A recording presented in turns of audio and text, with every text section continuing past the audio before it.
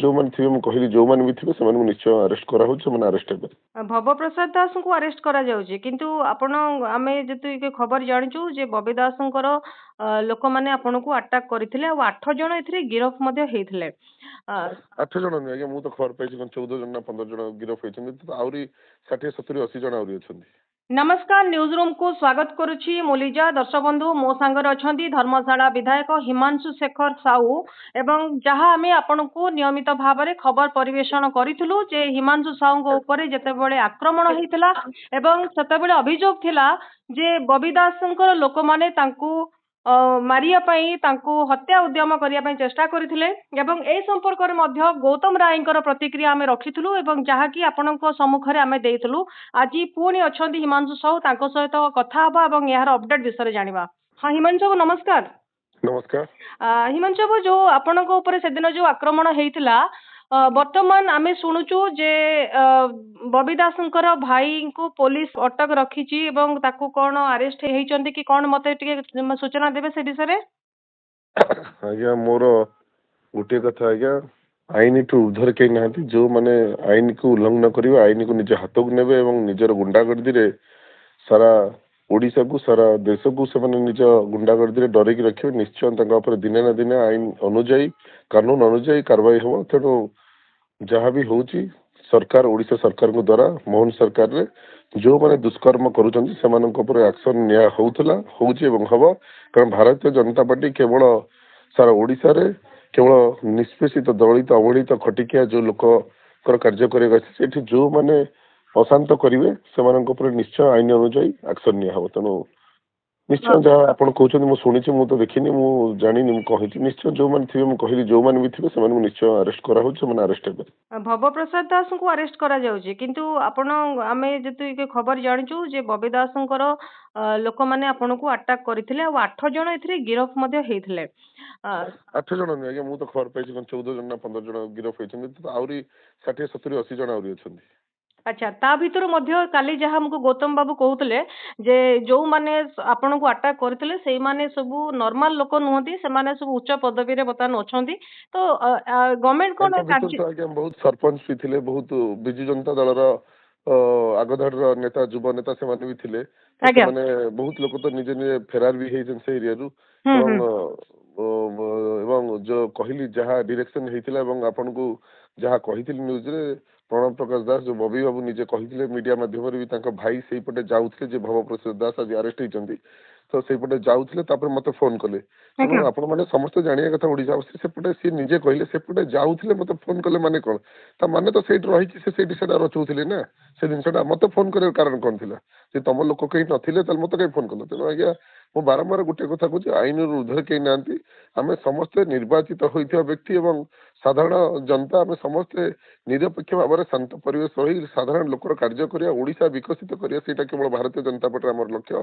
ए जो बिजु जनता दल शासन एमती किसी कथाकथित नेता जो नवीन बाबू को आखिरे अंध पुटला बांधी मो नवीन मो शंख कहीकि से दलटा बुड़े आगे केवल निज रोजगार करुले से आज पर्दाफाश होची तेणु आगु को व्यक्तिगत स्वार्थ जो माने निज कल घर चलाउथिले आगु एमती समस्त जन जनकर पर्दाफाश हो। हिमांशु बाबू मु जाजपुर रे किछि लोकंकर प्रतिक्रिया नउथली जो सेमानंकठु मु जानिया को पाइली जे एई जो आपनक भीतर जो कली आरंभ हिची तार मूल कारण होची हाट कली आरंभ हेनी मो से तो कार कली आरंभ हेनी मो रास्ता रे जाउथली से माने मो परे दुर्बृत्त माने अटैक करले मोर का से तो कली आरंभ हेनी। अच्छा बिरजा हाट को नै कि सेमती किछि घटना अछि कि आपनक संगे बिरजा हाट ऊपर मोर कोनोसी ज्ञात नै मोर कॉन्स्टिट्यूशन वाला धर्मशाला आगुरु मु के बिरजा हाट विरजा प्रकल्प पर मु केबे कोठी स्टेटमेंट देनी जदि पचार लेबे दउची विरजा प्रकल्प रे जहाँ काम होची आमे समस्ते तापई बहुत गर्वित एवं आमे स्वागत करछु विरजा प्रकल्प और जेते डेवलप हो स्वागत करछु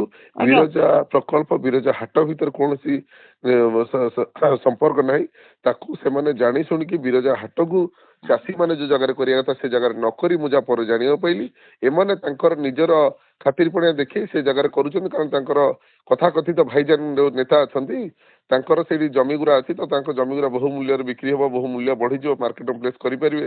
ତେଣୁ ସେ ଜାଗାକୁ ନିଜ ସ୍ୱାର୍ଥ ପାଇଁ ସେ ହାଟକୁ ଟାଣୁଛନ୍ତି। ତେଣୁ ମୋର ଗୋଟିଏ ଷ୍ଟେଟମେଣ୍ଟ ଦେବା କଥା, ଯୋଉଠି ସାଧାରଣ ଚାଷୀ ସାଧାରଣ କ୍ଷୁଦ୍ର ବେପାରୀଟେ ଯୋଉଠି ଚାହିଁବ ହାଟଟି ସେଇ ଜାଗାରେ ଲାଗିବାଟା ଠିକ। ନିହାତି ଭାବରେ ଆଜ୍ଞା ତେଣୁ ଏଥିରେ ହାଟ ପାଇଁ ତାଙ୍କର କାହିଁ ଏତେ ଦରଦ ହେଇଯାଉଛି? ହାଟ ପାଇଁ ତ ସାଧାରଣ ଜନତା ଦୋକାନ ଖୋଲିଥିଲେ, ବିକୁଥିଲେ। ଏ ଯୋଉ ଆରେଷ୍ଟ ହେଇଥିବା ଭବ ପ୍ରକାଶ ଦାସ କାହିଁକି ଯାଇକି ସେଠି ବାଡାବାଡି କଲେ ସାଧାରଣ କ୍ଷୁଦ୍ର ଚାଷୀଟାକୁ? ତା ଟମାଟୋ ତା ଆଳୁ ସେ ବହୁତ କଷ୍ଟରେ କିଣିକି ଆଣିଲେ ଫୋପାଡ଼ି ଦେଲେ। ଲୋକଙ୍କ ଭାବନା ଭିତରେ କେବେ ପଶୁନାହାନ୍ତି, କେବଳ ଛଳନା କରୁଛନ୍ତି ଏବଂ କେବଳ ପଇସା ସଂଗଠନ ମିଛ ସଂଗଠନ ଦେଖି ଭଡାଟିଆ ଗୁଣ୍ଡା ରଖି ପଇସା କମେଇବା ଯୋଉ ରୋଜଗାର ନିଶା ତ ମୁଁ ଏବେ ବି ଛାଡିନି। ନାଇଁ ଭବପ୍ରସାଦ ଦାସ କଣ ସେଠିକାର ଲୋକଙ୍କୁ କଣ ବାଡାବାଡି କରୁଥିଲେ? ଆଜ୍ଞା ସାରା ଓଡିଶା ଦେଖିଲେ, ନ୍ୟୁଜ ରେ ବାଜୁଥିଲା, ଆପଣ ସେଟା ଦେଖିପାରିଲେନି? ଆଜ୍ଞା ତେବେ ଏଇଠି ଗୋଟେ କଥା ଆସୁଛି, ଯେତେବେଳେ ଆପଣଙ୍କ ଉପରେ ତାଙ୍କର ଯୋଉ ରାଗ ରହିଥିଲା କିମ୍ବା ସେମାନେ ଆଟାକ ଆପଣଙ୍କୁ କରିଥିଲେ, ତାର କାରଣ କଣ? ଆପଣଙ୍କ ଉପରେ କାହିଁକି ତାଙ୍କର ଏତେ ଆକ୍ରୋଶ ମନୋଭାବ ରହିଲା ଏବଂ ସେମାନେ ବାଡେଇବା ପାଇଁ ବାରମ୍ବାର ଚେଷ୍ଟା ମୁଁ କଲେ? ଗୋଟିଏ କଥା କହୁଛି, ଯିଏ ଅନ୍ୟାୟ ବିରୁଦ୍ଧରେ ସ୍ୱର ଉଠାଏ ତା ସ୍ୱରକୁ ସବୁବେଳେ ଦାବି ଦିଆଯାଏ। ତେଣୁ ଯେତେବେଳେ ଅନ୍ୟାୟ ହଉଛି, ଅନ୍ୟାୟ ବିରୁଦ୍ଧରେ 24 ଘଣ୍ଟା ମୁଁ ସ୍ୱର ଉଠଉଛି ଏବଂ ତାର ଠୋସ୍ ସବୁତି ଗୋଟେ ଗୋଟେ କାଢିକି ରଖୁଛି। ତେଣୁ ଚୋର ଯେତେବେଳେ ସବୁତଟା ବାହାରି ଯାଉଛି, ତାହେଲେ ଜାଣିପାରୁଛି ମୋ ସବୁତ ଏଇଠି ଅଛି ଏବଂ ଧର୍ମଶାଳା ବିଧାୟକ ହିମାଂଶୁ ବର୍ଷା ସେ ସବୁତ ଉପରେ ହାତ ମାରିଲାଣି। ତେଣୁ ଆଉ କିଛି କରିହବନି, ମୁଁ ବନ୍ଧା ବଥା। ତେଣୁ ସେ ଚିତ୍କାର ଦିଏ, ମତେ 4 ବର୍ଷ ବାନ୍ଧି ଦିଅ ବାନ୍ଧି ଦିଅ ବାନ୍ଧି ଦିଅ। ତେଣୁ ତାପରେ ଯେତେବେଳେ ଜିନିଷ ଦେଖୁଛି ସତରେ କାଳେ ବନ୍ଧା ହେଇଯିବି, ତାପରେ ସେ ନିଜକୁ ରକ୍ତ ମୁଖା କରି ଏ ଜିନିଷ କାର୍ଯ୍ୟ ଆରମ୍ଭ କରେ, ଯୋଉଟା କି କରୁଛନ୍ତି। ଏବଂ ଯାହା ହେଲେ ବି ମୁଁ କହିଥିଲି ଆପଣଙ୍କୁ, ମିଡିଆରେ ଦେଖିଥିବେ 2 ମାସ 3 ମାସ ଥରେ ଏମାନଙ୍କୁ କେହି ବର୍ତ୍ତି ପାରିବେନି, ମାନେ ସମସ୍ତେ ବନ୍ଧା ହେଇକି ଜେଲ ଯିବାଟା ଥୟ ଏବଂ ଆଜ୍ଞା ସେହା ପ୍ରତିଫଳିତ ହଉଛି, କାରଣ ହିଂସାର ଏଠି କୌଣସି ସ୍ଥାନ ନାହିଁ। ନିହାତି ଭାବରେ ହିମାଂଶୁ ବାବୁ, ଗଣତନ୍ତ୍ରରେ ହିଂସାର ସ୍ଥାନ ନାହିଁ। ଆମେ ଯେତେବେଳେ ଦେଖି ଆସୁଥିଲେ ଯେ 24 ବର୍ଷ ଧରିକି ବିଜେଡି ତାର ଶାସନରେ ଥିଲା ଏବଂ ଗୋଟେ ପ୍ରକାର ଯାହା କୁହନ୍ତି ଏକଛତ୍ରବାଦ ଶାସନ ଚାଲିଥିଲା ବୋଲିକି କିଛି ଲୋକଙ୍କର ମଧ୍ୟ ଓପିନିଅନ ଥାଏ। ଏବଂ ଆଉ କିଛି ଲୋକ ବର୍ତ୍ତମାନ ସୋସିଆଲ ମିଡିଆରେ ମଧ୍ୟ କହୁଛନ୍ତି ଯେ ଯୋଉ ଜିନିଷରେ ଯୋଉ କୁହନ୍ତି ପାପ ଯେତେବେଳେ ଅଧିକ ହେଇଯାଇଥାଏ, ସେତେବେଳେ ଗଉଣୀ ପୁରି ଯାଇଥାଏ, ସେତେବେଳେ ଫଳ ମଧ୍ୟ ଭଗବାନ ଦେଇଥାନ୍ତି। କିନ୍ତୁ ମୋର ଏଇଠି ଗୋଟେ କଥା ରହୁଛି, ଯେତେବେଳେ ଲୋକଙ୍କ ଭିତରେ ଗୋଟେ ବହୁତ ପ୍ରକାର ଆସୁଛି, ଯେମିତି କି ଯେତେବେଳେ ଗଭର୍ଣ୍ଣମେଣ୍ଟର ସବୁ ଘର ଫର ଭଙ୍ଗା ହେଲା କି କଣ ହେଲା, କୁସୁମା ଯେତେବେଳେ ତାକୁ ଯେତେବେଳେ ନୂଆ କିଛି ଜିନିଷ କରିବାର ଗୋଟେ ପ୍ଲାନିଂ କରାହେଲା, ସେତେବେଳେ ଯାଜପୁର ଲୋକଙ୍କ ଭିତରେ ଗୋଟେ ବିଜେଡି ଉପରେ ଗୋଟେ ଆକ୍ରୋଶ ମନୋଭାବ ରହିଲା ଯେ ମନ ଇଚ୍ଛା ସେମାନେ ଘର ଫର ଭାଙ୍ଗି ଦଉଛନ୍ତି। ୟା ଉପରେ କିଛି କହିବେ କି? ଆଜ୍ଞା, ଯେତେବେଳେ କୁସୁମା ହେଲା ସେତେବେଳେ ନିଜର ବିଳାସପୂର୍ଣ୍ଣ କୋଠା ମାନ କରି ସେଠି ରଖିଲେ। ସେଠି ସାଧାରଣ ନିରୀହ ଲୋକମାନେ ସେଠି ରହୁଥିଲେ, ଯାହାକୁ ସେମାନେ ସେଠୁ ରାତି ଅଧିଆ ବାଡେଇ ଫୋପାଡି ତାଙ୍କୁ ବିଦା କରିଦେଲେ ଏବଂ ତାଙ୍କୁ ପ୍ରତିଶ୍ରୁତି ଦେଇଥିଲେ ଗୁଣ୍ଠେ ଗୁଣ୍ଠେ ଜମି ଦେଇକି ଘର କରିଦେବେ। ଆଜି ସେ ମହିଳା ବି ଅଛନ୍ତି, ତାଙ୍କୁ ପଚାରନ୍ତୁ ଯାଇକି। ଆଜ୍ଞା, ତାକୁ ଘର ଦେଲେ ନା ଜାଗା ଦେଲେ? ବେଘର ହେଲେ ବିଚାର ମହିଳାଟି ଯାଇକି ଘର ତଳେ ଛାତ ତଳେ ଯାଇକି ନିଜ ମୁଣ୍ଡ ପୋତି ରହିଲେ। ତେଣୁ ଏଇଟା ଅନ୍ୟାୟର ଚରମ ସୀମା ଉଠି ଯାଇଥିଲା। ଆଜ୍ଞା, ପାୱାର ଟାକୁ ଏମିତି ମିସୟୁଟିଲାଇଜ କରିଥିଲେ, ଯୋଉଟା କି ସାଧାରଣ ଜନତା କ୍ରୋଧରେ ଥିଲେ। କେବଳ କିଛିଟା ଭଡାଟିଆ ଗୁଣ୍ଡା, ଭଡାଟିଆ ସୋସିଆଲ ମିଡିଆ ଲୋକ ଛାଡି ଦେଇଥିଲେ। ସେମାନେ କେବଳ ସୋସିଆଲ ମିଡିଆରେ ଭାଇଜାନ ଭାଇଜାନ ଏବେ ବି ଚଲାଉଛନ୍ତି। ଆଜ୍ଞା, ଆମ ଭାଇଜାନ ଗଲେ ଆମ ଭାଇଜାନ ଗଲେ ଏବଂ ସେଇ ସବୁ ଜିନିଷ ଚଲେଇଛନ୍ତି। ଆଜ୍ଞା, ସେଟା ଚଲେଇଛନ୍ତି। ନାଇଁ, ଆଉ ଗୋଟେ କଥା ହଉଛି କିଛି ଲୋକ ଭଡାଟିଆ ଲୋକ ଆଜ୍ଞା ରଖିଦେଇଛନ୍ତି, ରାସ୍ତାରେ ଟାୟାର ଜାଳ ବାଡା ହଟେଇ ଦିଅ। କାରଣ ସେମାନଙ୍କର କାମ ଥିଲା ଯେ ବିରୋଧୀରେ କେହି ଜଣେ ପ୍ରତିନିଧି ଛିଡା ହେବେନି, ଆମ ସାମ୍ନାରେ କେହି ରହିବେନି, ଏକଛତ୍ରବାଦୀ ଶାସନ କରିବୁ। ସେ ଭାବିନଥିଲେ କି କେବେ ସରକାର ବଦଳିବ।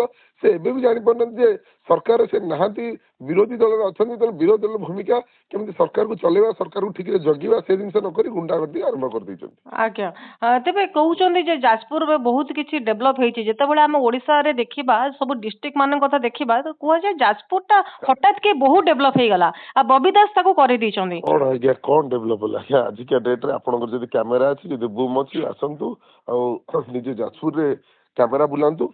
ସାଧାରଣ ମଣିଷଟାର ପ୍ରଥମ ତ ଦରକାର କଣ? ବାସଗୃହଟେ ଦରକାର, ବସ୍ତ୍ରଟେ ଦରକାର, ମେଡିକାଲଟେ ହସ୍ପିଟାଲ କେମିତି ଯିବ ସେ ଜିନିଷ ଦରକାର, ମେଡିସିନଟେ ପାଇପାରୁଥିବା ଦରକାର ଏବଂ ସାଧାରଣ ଲୋକଟେ କେମିତି ତାର ଠିକରେ ବଞ୍ଚି ପାରୁଥିବ, ରୋଜଗାରଟେ ଦରକାର। ସାଧାରଣ ଲୋକଟା ଦରକାର ନାହିଁ ଆଜ୍ଞା ଡାଇନୋସର ପାର୍କ। ସାଧାରଣ ଲୋକଟା ଆଜ୍ଞା ଦରକାର ନାହିଁ ଏଠି ସେ ଯୋଉ ହକି ଷ୍ଟାଡିୟମ ହେଇଛି 50-50 କୋଟି ଟଙ୍କା, ଯୋଉଠି ବ୍ରାଉନ ସ୍କୋୟାର ବେପାର ହଉଛି, ହକି ଷ୍ଟାଡିୟମ ବନ୍ଦ ହେଇ ପଡିଛି। କଣ ଡେଭଲପମେଣ୍ଟ? ଆପଣ ଆସନ୍ତୁ, ଥରେ କ୍ୟାମେରା ବୁଲାନ୍ତୁ, ମତେ ପଚାରନ୍ତୁ, ଗୋଟେ ଗୋଟେ ଜିନିଷର ଉତ୍ତର ଦେଇପାରିବି। ଯାଜପୁର ଡେଭଲପମେଣ୍ଟ କେବଳ ନିଜର ପତିଆରେ ନିଜର ଡେଭଲପ କରିଛନ୍ତି। ଆଜ୍ଞା, ମୁଁ ବାରମ୍ବାର ସେ ଜିନିଷ କହୁଛି।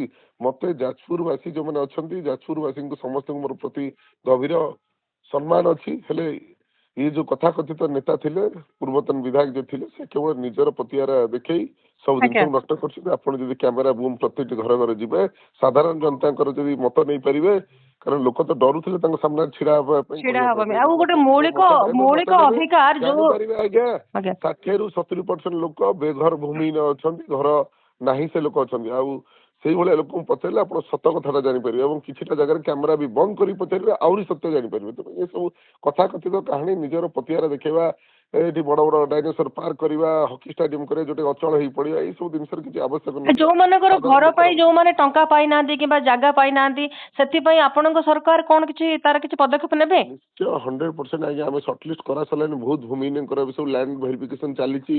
ବହୁତ ଶୀଘ୍ର ଆଜ୍ଞା 6-7 ମାସ ଭିତରେ ଭୂମି ମେଜର ଭୂମିହୀନ ସବୁ ଭୂମି ପାଇପାରିବେ ଏବଂ ଘର ଯୋଉଗୁରା ରହୁଛି ଆମର ପ୍ରଧାନମନ୍ତ୍ରୀ ଆବାସ ଯୋଜନା, ଅନ୍ତର୍ଜୟ ଆବାସ ଯୋଜନା, ଯାହା ଯାହା ଦରକାର ସର୍ଟଲିଷ୍ଟ କରୁଛୁ। ଆଜ୍ଞା ଦେଖନ୍ତୁ ତାଙ୍କ ବେଳେ କଣ ହେଇଥିଲା ଆପଣ ନିଜେ ଦେଖିଛନ୍ତି, ନ୍ୟୁଜରେ ବାହାରିଛି। ଯୋଉ ଲୋକର ଘର ଅଛି ତାକୁ 3-3ଟି ଘର ମିଳିଛି। ଯୋଉ ଲୋକର ରାସନ ପାଇବା ଅଯୋଗ୍ୟ ତାକୁ ଆଜ୍ଞା 6-6ଟା ତା ପରିବାର ରାସନ ମିଳିଛି। ସବୁ ସରକାର ପଇସାକୁ ଆଜ୍ଞା ସବୁ ମନ ଇଚ୍ଛା ଅପବ୍ୟବହାର ହଉଥିଲା। ଯୋଉଠି ନେତା ମୁଖିଆ ଆଜ୍ଞା ପଇସା ଖାଇଯାଉଥିଲେ, ତେଣୁ ବାକି ତ ଅନ୍ୟାନ୍ୟ ସବୁ ରହିଲେ ସେ ଜିନିଷରେ ଲାଗିଥିଲେ। ତେଣୁ ଆମ ସରକାର ସ୍ୱଚ୍ଛ ମୋହନ ସରକାର, ସ୍ୱଚ୍ଛ ନିର୍ମଳ ସରକାର, ସାଧାରଣ ନିଷ୍ପେଷିତ ଦଳିତ ଅବହେଳିତ ଖଟିଖିଆଟେ କେମିତି ତା ରୋଜଗାର ପାଇପାରିବ। ଆରମ୍ଭ ହେଲା ସୁଭଦ୍ରା ଯୋଜନାରୁ, ଲୋକ ଖୁସି, ମହିଳା ଖୁସି, ମା ମାନେ ଖୁସି, ଫେଜ୍ ଫେଜ୍ ପଇସା ଯାଉଛି। ତାପରେ ଏମିତି ଅନେକ ଯୋଜନା ଆସୁଛି, ଧୀରେ ଧୀରେ ଆପଣ ଜାଣିପାରିବେ। ମାତ୍ର 6 ମାସର ସରକାର ହେଇଛି, ଗୋଟେ 25 ବର୍ଷର ଅପାରୁ ସରକାର ଆଗରେ 6 ମାସର ସରକାରକୁ ଆମେ କେବେ କମ୍ପେୟାର କରିପାରିବାନି। ଆପଣ ଆହୁରି 6 ମାସ ବର୍ଷ ଅପେକ୍ଷା କରନ୍ତୁ, ତାପରେ ଉତ୍ତର ଦିଆହବ କଣ ପ୍ରକଳ୍ପ ହେଲା, କଣ ଚୋରକୁ ବନ୍ଧା ହେଲା। ଧୀରେ ଧୀରେ ସବୁ ଠିକ ହେବ। ଓଡିଶା ଶାନ୍ତ ରହିବ, ଓଡିଶା ହସିବ।